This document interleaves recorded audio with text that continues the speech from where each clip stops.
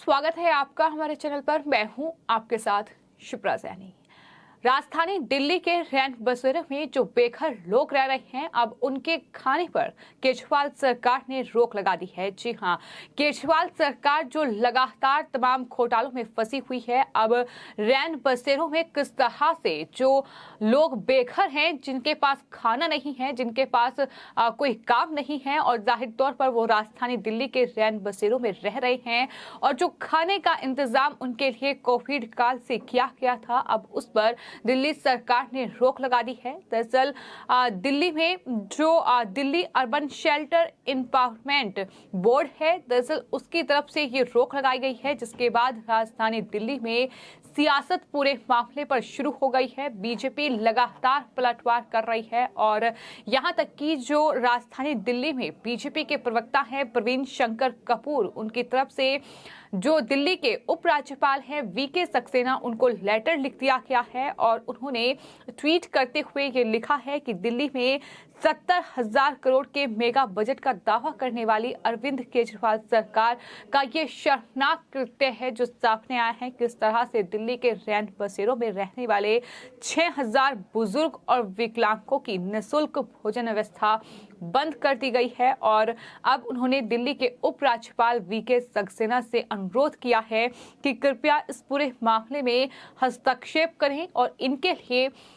भोजन की व्यवस्था कराएं। इन्हें जो भोजन मिल रहा था वो एक बार फिर से सुविधा जो है इनके लिए चालू करवाई जाए, ये मांग बीजेपी की ओर से की गई है। इसके साथ साथ मनजिंदर सिंह सिरसा जो कि बीजेपी के नेता हैं, उनकी तरफ से ट्वीट करते हुए अरविंद केजरीवाल के इस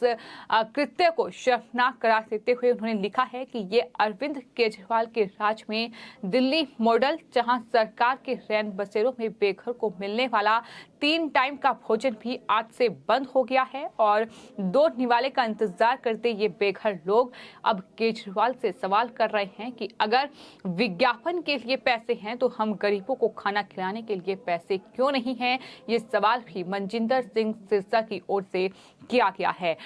आपको ये बता दें कि भावेश हिंदुस्तानी जो कि राष्ट्रीय जजमेंट के पत्रकार हैं, उनकी तरफ से दिल्ली में जो रैन बसेरे हैं वहां से रिपोर्ट जो है वो तैयार की गई है, जिसमें उन्होंने ये बताया है कि किस तरीके से राजधानी दिल्ली के जो रैन बसेरे हैं वहां जो तमाम लोगों को भोजन मिलता था, अब वो पूरी तरीके से बंद हो चुका है। उन्होंने सिलसिलेवार ढंग से इस पूरे मामले में कई ट्वीट किए हैं, जिसमें उन्होंने बताया है कि भोजन की आपूर्ति की लागत का लगभग 60% जो हिस्सा था वो Delhi urban shelter empowerment board की तरफ से था, यानी दिल्ली में केजरीवाल सरकार की तरफ से था और वहीं जो बाकी 40% हिस्सा था वो अक्षय पात्र फाउंडेशन में जो फंड आता था उसके माध्यम से वो खर्चा वहन किया जाता था और कोविड के बाद जो अक्षय पात्र फाउंडेशन है उसको आर्थिक सहायता में उसकी कमी आई, जिसके चलते संस्था ने खाना रोकने का अनुरोध किया था। बाकायदा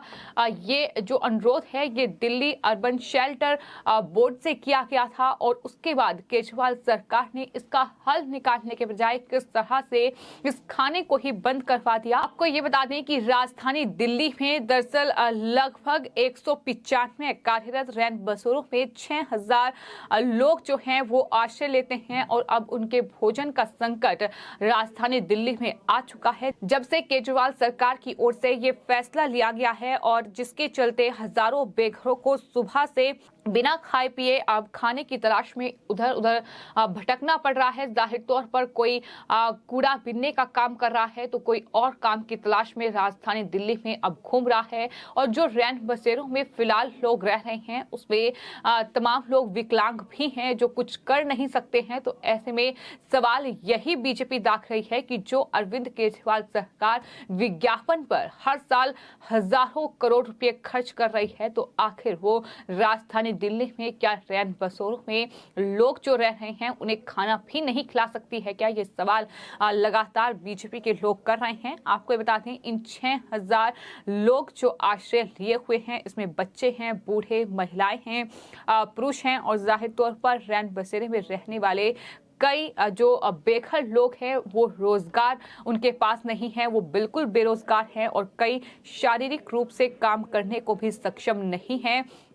ऐसा भी नहीं है कि अगर उन्हें भोजन नहीं मिलता है तो वो दरअसल कुछ काम करके जो है कुछ कमाई कर पाए, कुछ रोजगार उनके पास हो, तो इस तरह से वो काम भी करने में सक्षम नहीं है। वहीं कुछ लोग कूड़ा चुन के अपना जो है भरण पोषण करने को मजबूर हो रहे हैं। अगर ज्यादातर जो बेघर लोग हैं वो अपने जीवन यापन करने में बड़ी मशक्कत का सामना फिलहाल राजधानी दिल्ली में कर रहे हैं, और ऐसी स्थिति में इन बेघरों को मिलने वाला जो सरकार की तरफ से भोजन था वो भी अब पूरी तरीके से बंद हो चुका है। तो जाहिर तौर पर एक बेहद दयनीय स्थिति जो है वो राजधानी दिल्ली में फिलहाल इन बेघर लोगों के लिए बन चुकी है, जहां इन्हें अब भोजन भी नहीं मिल रहा है और भोजन की तलाश में लोग इधर उधर भटक रहे हैं। लेकिन केजरीवाल सरकार पर अब तमाम जो विपक्षी दल हैं वो हमलावर हैं, लेकिन साथ ही साथ तमाम जो राजधानी दिल्ली में अलग अलग संस्थाएं हैं वहां जो लोग काम करते हैं वो भी केजरीवाल सरकार से सवाल पूछ रहे हैं। आपको बता दें, बंधुआ मुक्ति मोर्चा से निर्मल गोराना का बयान सामने आया है, जिसमें उन्होंने कहा है कि खाना बेघरों का हक है, इसे इस तरह सरकार छीन नहीं सकती है। खाना कोविड के चलते मिल रहा था, ऐसा नहीं है, ये इनका हक है और मिलते रहना चाहिए। शेल्टर से पहले खाने को प्राथमिकता देनी चाहिए, ये उनकी तरफ से जवाब इस पूरे मामले पर दिया गया है। वहीं सुप्रीम कोर्ट कमेटी की जो सदस्य हैं इंदु प्रकाश, उनका भी बयान इस पूरे मामले पर सामने आया है। उन्होंने कहा है कि ये सरासर गलत है। दिल्ली शहरी आश्रय सुधार बोर्ड के जो सीईओ की तरफ से बेघर को मिलने वाले खाने को बंद करने की पैरवी की गई है, मैं उसकी घोर निंदा करता हूं, ये उनकी तरफ से कहा गया है। ये एक अमानवीय कदम है, ये इंदु प्रकाश का कहना है। तो उस तरह से तमाम लोगों की तमाम जो संस्थाएं हैं उनकी प्रतिक्रिया इस पूरे मामले पर सामने आ रही है। केजरीवाल सरकार से लोग ये कह रहे हैं कि रैन बसेरे तो छोड़िए, सबसे पहले अगर लोगों को किसी चीज की प्राथमिकता देनी चाहिए तो जाहिर तौर पर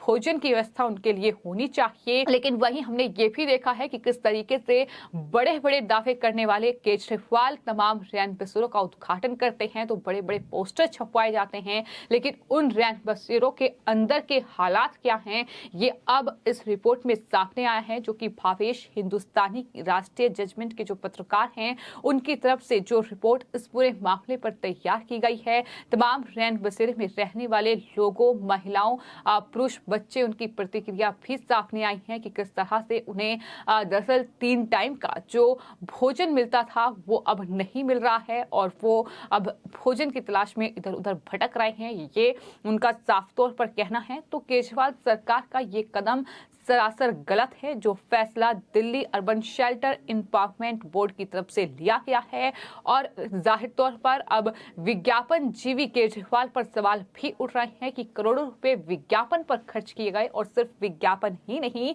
राजधानी दिल्ली में जिस तरह से एक के बाद एक तमाम घोटालों का पर्दाफाश हो रहा है। और सबसे ज्यादा गौर करने वाली बात यह है कि जिस तरह से केजरीवाल सरकार राजधानी दिल्ली में रोहिंग्या और बांग्लादेशियों को पनाह देती है, जिस तरह से उन्हें तमाम सहायता राशि भी दी जाती है, जिस तरह से अपने राजनीतिक एजेंडे को पूरा करने के लिए अगर आंदोलन होता है तो उसमें खूब सियासी रोटियां सेकने के लिए तमाम सुविधाएं वहां आंदोलनकारियों को मुहैया कराई जाती हैं। लेकिन जो बेघर लोग हैं, जिनके पास खाने के लिए कुछ नहीं है, जिनके पास रहने के लिए घर नहीं है, जो रैन बसेरों में रह रहे हैं, उनके लिए इन वक्त का भोजन भी केजरीवाल सरकार नहीं दे पा रही है। उस पर भी किस तरह से अक्षय फाउंडेशन की ओर से ये अनुरोध किया गया था कि फंड की कमी है, और उन्होंने ये कहा था कि हम इसे कंटिन्यू नहीं कर पाएंगे, जिसके बाद केजरीवाल सरकार ने ये फैसला लेने के बजाय कि इस पूरे मामले पर कोई सॉल्यूशन इसका निकाला जाए, इस पर रोक लगा दी है। और यही वजह है कि बीजेपी अब लगातार इस पूरे मामले को लेकर केजरीवाल सरकार पर हमलावर है, और उनकी तरफ से साफ तौर पर यह कहा गया है कि ये केजरीवाल सरकार का बेहद शर्मनाक कृत्य है जो सामने आए हैं। जिस तरह से वो रैन बसेरों में रह रहे सिर्फ 6000 लोगों को खाना भी मुहैया नहीं करा पा रहे हैं। फिलहाल आपकी इस पूरे मामले पर क्या राय है, हमें कमेंट बॉक्स में जरूर लिखें और चैनल का सब्सक्राइब करें। धन्यवाद।